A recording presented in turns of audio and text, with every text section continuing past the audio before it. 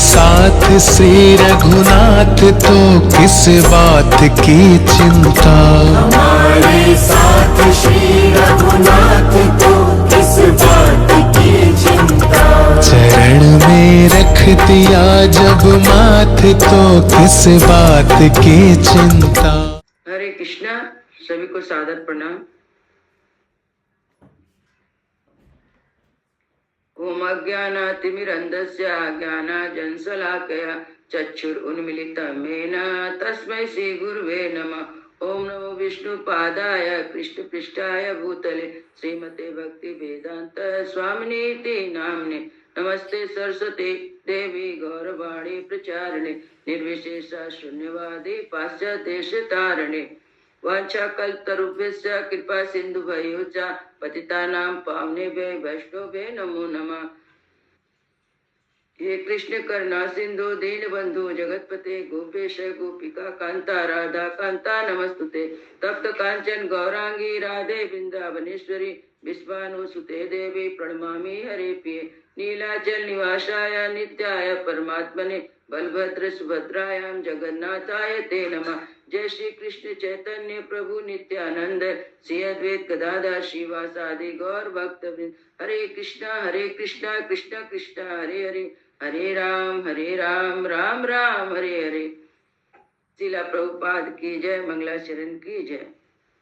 रामं लक्ष्मण पूर्वजं रघुवरं सीतापति सुंदरम काकुत्स्थं करुणामयं गुणनिधि विप्रप्रियं धार्मिकं राजेन्द्रं सत्यसंधं दशरथतनयं श्यामलं शान्तमूर्तिं वन्दे लोकाभिरामं रघुकुलतिलकं राघवं रावणारिं।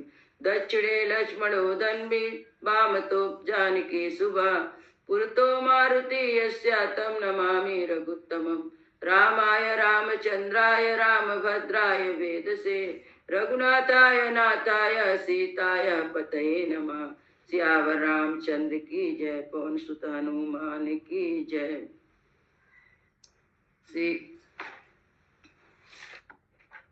श्री सीता रामचंद्राभ्याय नमः। महर्षि वाल्मीकि लिखा हुआ श्री वाल्मीकि रामायण, जिसमें हम लोग महात्मा पाठ हो रहा है, जिसका दूसरा अध्याय में हमने पाठ किया था कि कार्तिक महीना में रामायण पाठ सुनने का क्या फल होता है।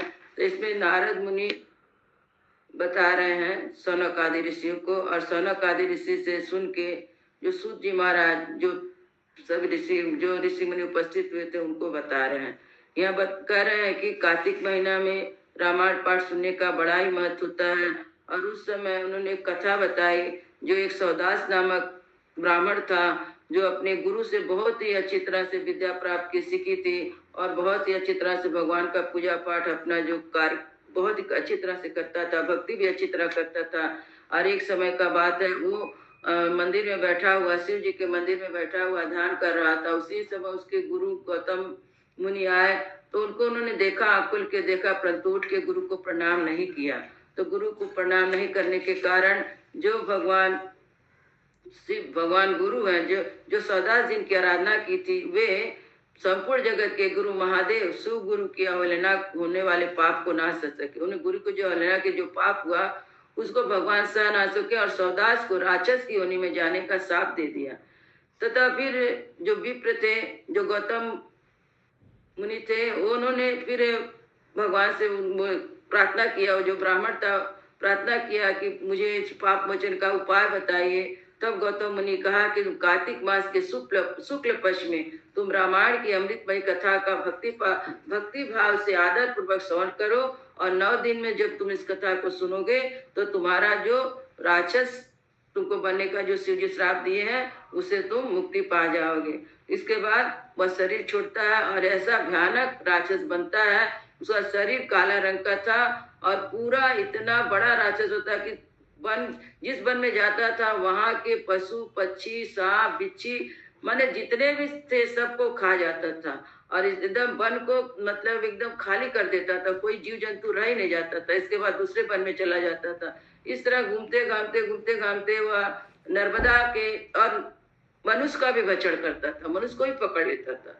इसके बाद वो आया, नर्मदा के तट पर आया और नर्मदा के तट पर, वहां पर एक ब्राह्मण भी घूमते घामते, जिनका कलिंग देश में जन्म हुआ था, एक ब्राह्मण भी वहां है, उनका नाम गर्ग था, और वे भगवान का नाम का उच्चारण कर रहे थे। तो जो राक्षस था, जो सौदास राक्षस बना हुआ था, उनको देख के कहता है कि आज तो मुझे भोजन प्राप्त हो गया है, और अपनी भुजाओं को उठा के मुनि को पकड़ने चला, और जब मुनि को पकड़ने चला तो मुनि को पकड़ नहीं पाया। जो ब्राह्मण गर्ग मुनि थे, उनको पकड़ नहीं पाया। तो राक्षस बोलता है कि यह बड़ा आश्चर्य का बात है, मैं तो सहस्त्र कोटि ब्राह्मणों का भक्षण किया, मैंने तो सहस्त्र कोटि ब्राह्मणों का भक्षण किया, कितने पशु पक्षु को भी खाए हैं, लेकिन मैंने ऐसा कभी नहीं देखा कि मैं पकड़ने जाऊं और पकड़ ना पाऊं। यह तो बड़ा आश्चर्य की बात है, आप किस नाम का उच्चारण कर रहे हैं?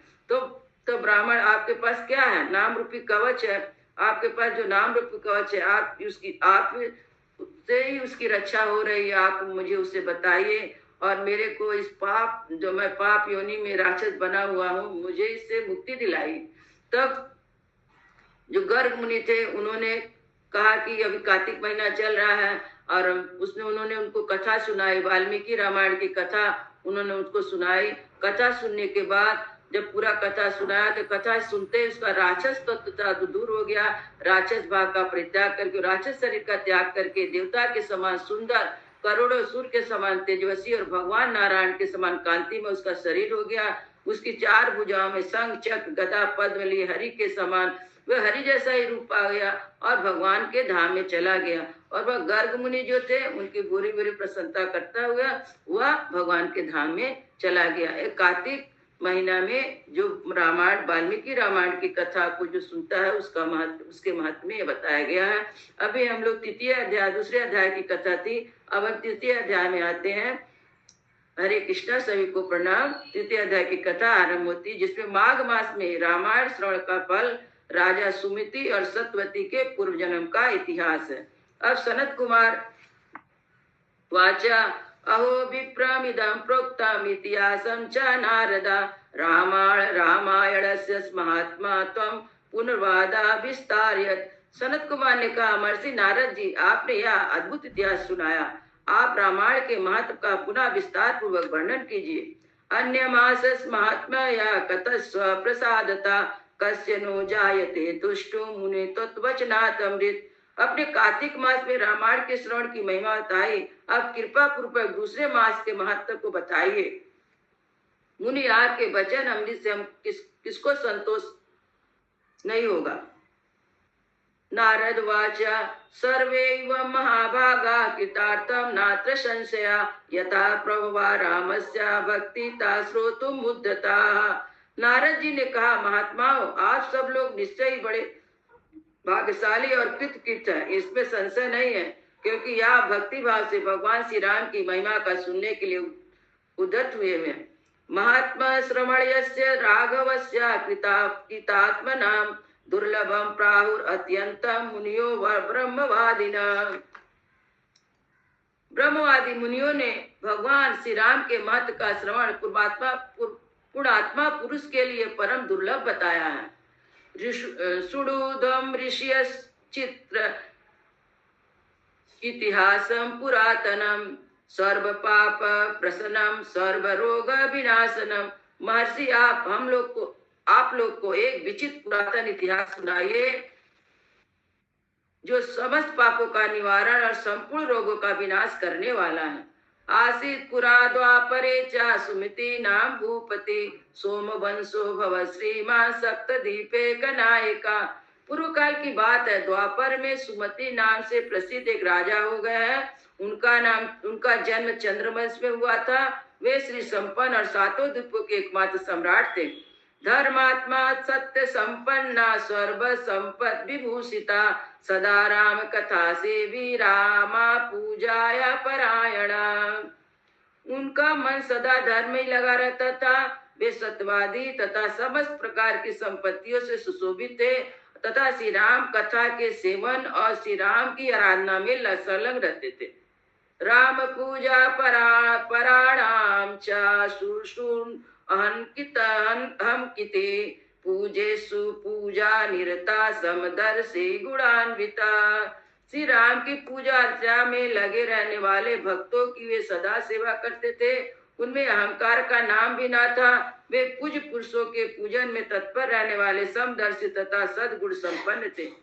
सर्वभूत हिता शांता कृतज्ञा कीर्तिमान निपा तस्या भार्या महाभागा सर्व लक्षणा संयुता। राजा सुमिति समस्त प्राणियों के हितैषी शांत कृतज्ञ यशस्वी थे। उनके परम सौभाग्यशाली पत्नी थी और समस्त शुभ लक्षणों से सुशोभित थी। पतिव्रता प्रति प्राणा नाम नाम सत्यवती सुता ताऊ भो दंपति नित्यम रामायण परायणो। उनका नाम सत्यवती था, वह पतिव्रता थी, पति में उनके प्राण बसते थे। वे दोनों पति पत्नी सदा रामायण के ही पढ़ने और सुनने में लगे रहते थे। अन्य दान रतो नित्यम जल दान परायणो तड़ागा राम वाप्यादि न संख्यातान बीते न तु। सदा अन्न का दान करते थे, प्रतिदिन जल में भी जलदान में प्रवृत्त रहते थे। उन्होंने असंख्य पोखरे बगीचे बावड़ी का निर्माण कराया। सो अपि राजा महाभागो रामायणा परायणा वाचे छुड़ुदाद वापी भक्ति भावेन भाविता।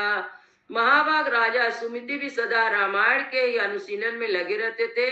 वे भक्ति भाव से भावित तो रामायण को ही वाचते और सुनते थे।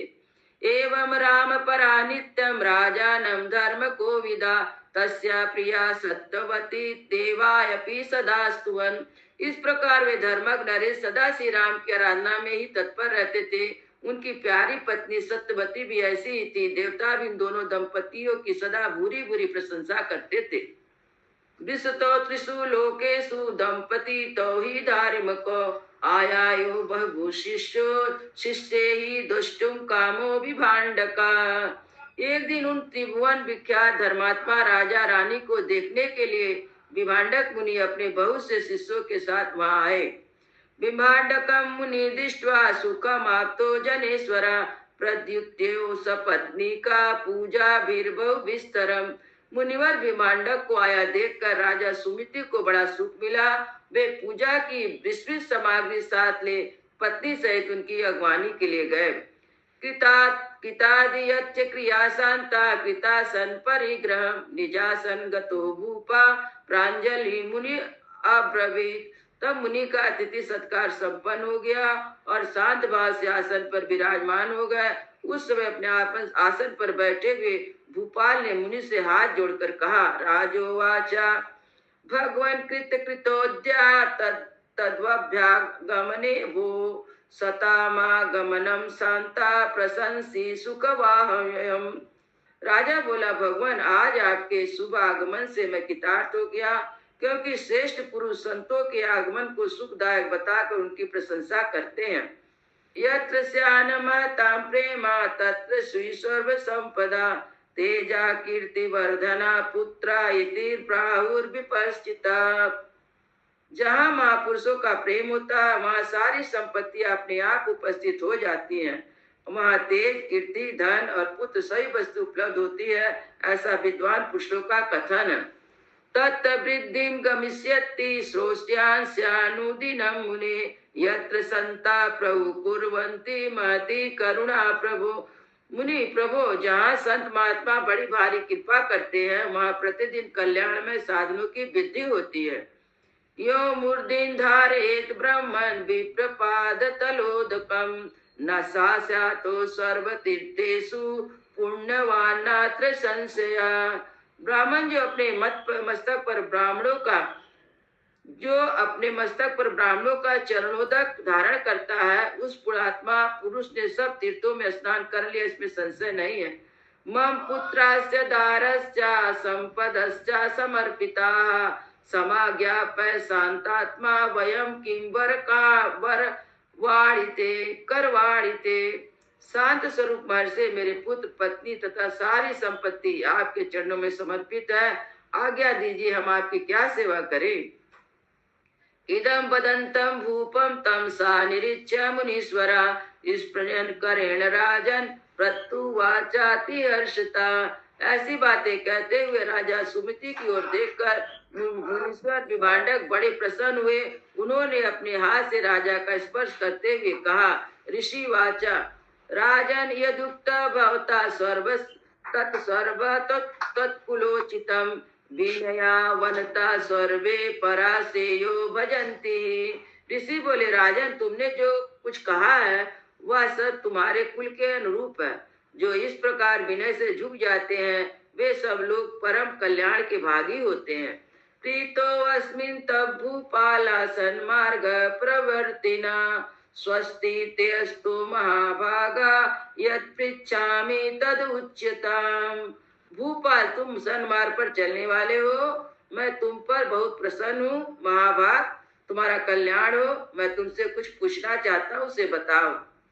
हरि संतोष कान्यासं पुराणानि बहुन्यापि माघ मासे चौदसे रामायण परायणा तब भार्यापि साध्वीयं नित्यं राम परायणा किमर्थम एतत् वृत्तान्तं यथावत् वक्तुम अर्हसि। यदि भगवान श्री हरि को संतुष्ट करने वाले बहुत से पुराण भी थे जिनका तुम पाठ कर सकते थे, यद्यपि इस माघ मास में सब प्रकार से प्रयत्नशील होकर तुम जो रामायण के पारायण में लगे हुए हो तथा तुम्हारी यह साधी पत्नी भी सदा श्री राम की आराधना में रत रहती है, उसका क्या कारण या वृत्तांत यथावत रूप से मुझे बताओ। राजवाच सुरोधम भगवन् सर्वं यत् पृच्छसि वदामि तत् आश्चर्यं यदि लोकानां वयोश्चरितं मुने। राजा ने कहा भगवान सुनिए, आपने जो कुछ पूछते हैं वह सब मैं बता रहा हूँ। मुने हम दोनों का चरित्र संपूर्ण जगत के लिए आश्चर्यजनक है। अहमासं पुरा शूद्रो मालतेनां सत्तमा कुमार्ग निर्तो नित्रं सर्वलोकहिते रता। साधु शिरोमणि मैं पूर्व जन्म में मालती नाम का शूद्र था, सदा कुमार पर चलता था और सब लोगों के हित साधनों में संलग्न रहता था। विष्णु धर्म विद्वेषी देव दर्भपहार का महापात की संसर्गी देवो दर्भोपजीव का। दूसरों की चुगली खाना, धर्मद्रोही, देवता संबंधी द्रव्य का अपहरण करने वाला था, महापातकी के संसर्ग में रहने वाला था। मैं देव संपत्ति से ही जीविका चलाता था। गो घनश्च ब्रह्मा चौरो नित्यं प्राणी बधेरता नित्यं निष्ठुर भक्ता च पापी वेश्या परायणा। गोहत्या, ब्राह्मण हत्या और चोरी करना यही अपना धंधा था। मैं सदा दूसरे प्राणियों की हिंसा में लगा रहता था। प्रतिदिन दूसरों से कठोर बातें बोलता, पाप करता और वेश्याओं में आसक्त रहता था।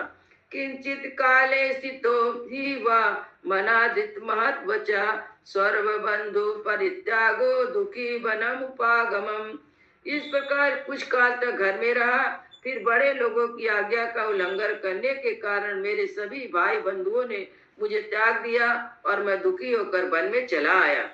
निगमाशासनम नित्यम तथा मार्ग विरोध कृत एकाकी दुख बहुलो न्यावस निर्जने बने। मैं प्रतिदिन मृगों का मांस खाकर रहता और कांटे बिछाकर लोगों के आने जाने का मार्ग अवरुद्ध कर देता। इस तरह अकेले बहुत दुख भोगता हुआ उस निर्जन वन में रहने लगा। एकादाच्युत परिश्रांतो नित्य गुण पिपासिता वशिष्ठाश्रमा देवस अपश्चात निर्जने बने। एक दिन की बात है, मैं भूखा प्यासा थका मादा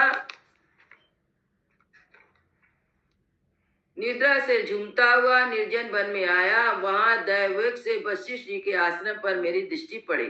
हंस कारणवा किरणम तत्समीपे महसरा परयांते वन पुष्पो घच्छादितम तन मुनीश्वरा। उस आश्रम के निकट एक विशाल सरोवर था जिसमें हंस आदि जल पक्षी छा रहे थे। मुनीश्वर और सरोवर चारों ओर से वन पुष्प समूह द्वारा आच्छादित था। अपीवम तत्र पानीयम तत्तटे विश्रम गता विगत श्रमा उन्मूल्या वृक्ष मूलानि मया शुच्चा निवारिता। वहां जाकर मैंने पानी पिया और उसके तट पर बैठकर अपनी थकावट दूर की। फिर कुछ वृक्षों की जड़ें उखाड़कर उनके द्वारा अपनी भूख बुझाई। वसिष्ठ आश्रमे तत्र निवासं कृतवानम् शीर्णस्फटिक संधानम तत्र चाहम कार्यशय्य। वशिष्ठ के उस आश्रम के पास ही मैं निवास करने लगा। टूटी फूटी स्फटिक शिलाओं को जोड़कर मैंने वहां एक दीवार खड़ी की। पड़े सृष्टे काष्ठेश्चा गृहे संपर्क प्रकल्पितम तत्राहम व्याध सत्वस्तो हरित्वा बहुविधान निगान आजीवका चा कुर्वाणो वत्सराणाम चा विंशतिम। फिर पत्तों, तिनकों और काष्ठों द्वारा एक सुंदर घर बना लिया। उसी घर में रहकर मैं व्याधों की वृत्ति से आश्रय ले नाना प्रकार के मृगों को मारकर उन्हीं के द्वारा 20 वर्षों तक अपनी जीविका चलाता रहा। अधेयामागता साध्वी विंध्य देश समुद्भवा निषाद कुल संभूता नामना कालीति विसुता वधूवर्गे परित्यागा दुखता जीर्ण विग्रह। तदंतर मेरी ये साध्वी पत्नी वह मेरे पास आई। पूर्व जन्म इसका नाम काली था और काली निषाद कुल की कन्या थी और बिंद प्रदेश में उत्पन्न हुई थी। उसके भाई बंधुओं ने उसे त्याग दिया था। वह दुख से पीड़िता थी। उसका शरीर वृद्ध हो चला था। ब्राह्मण क्षत्रिय परिश्रांता सोचंती भौतिकी क्रिया देव योगा समायाता भ्रमंती विजने बने। ब्राह्मण वह भूख प्यास से शिथिल हो गई और इसी सोच में पड़ी थी कि भोजन का कार्य कैसे चलेगा। दयोग से घूमते घामते वह उसी निर्जन में आ पहुंची जिसमें मैं रहता था। मासे ग्रीष्मे च तापर्ता हि अंतताप प्रपीडिता एवं दुखवते दृष्ट्वा जाता में विपुला घृणा। गर्मी का महीना था। बाहर से धूप सता रही थी और भीतर मानसिक संताप अत्यंत पीड़ा दे रहा था। इस दुखनी राहरी को देखकर मेरे मन में बड़ी दया आई। मया दत्ता जलम च से मासम बलम वनम फलम च गताश्रमा तु सा पृष्ठवा मया ब्रह्मण यथा ततम। मैंने से पीने के लिए जल तथा खाने के लिए मांस और जंगली फल दिए। ब्राह्मण काली जो विश्राम कर चुकी, तब मैंने उसका यथावत वृतांत पूछा।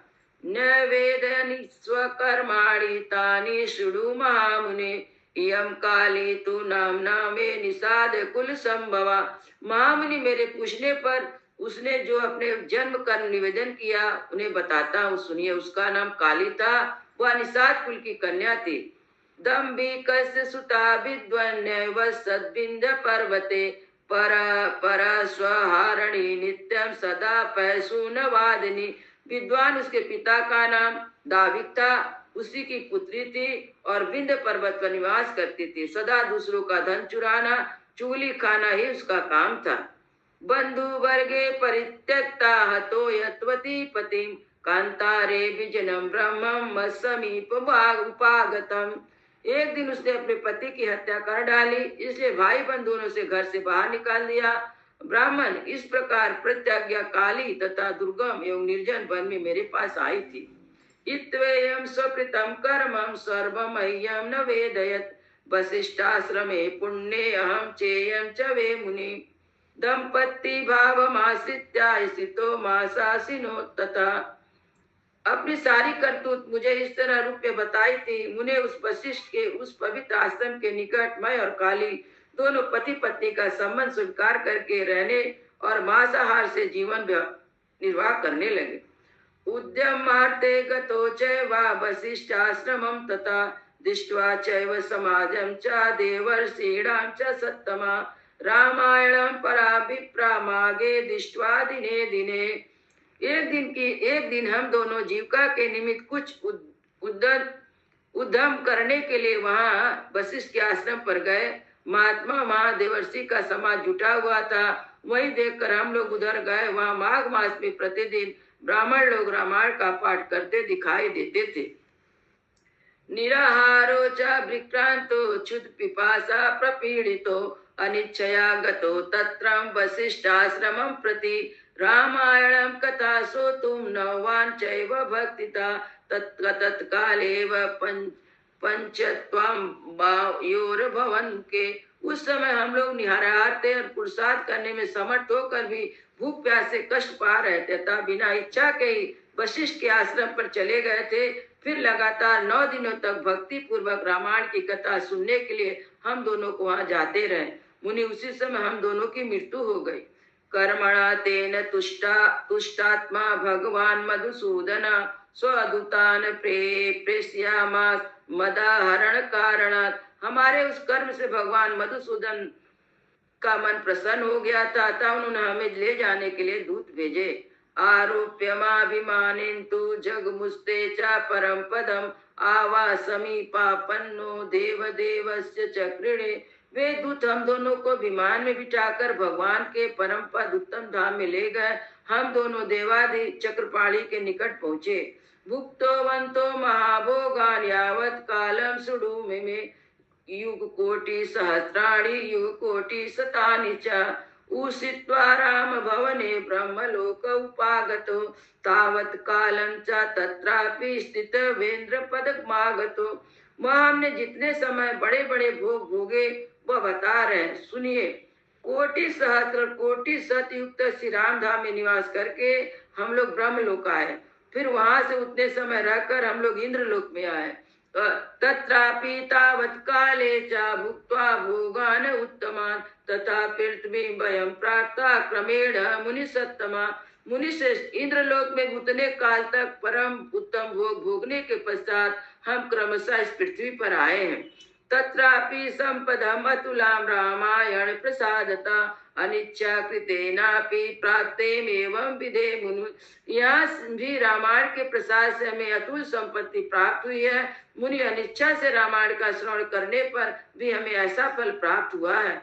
नावायन किल श्रोतव्यम रामायण कथामृतम भक्ति भावेन धर्मात्मन जन्म मृत्यु जरापहम।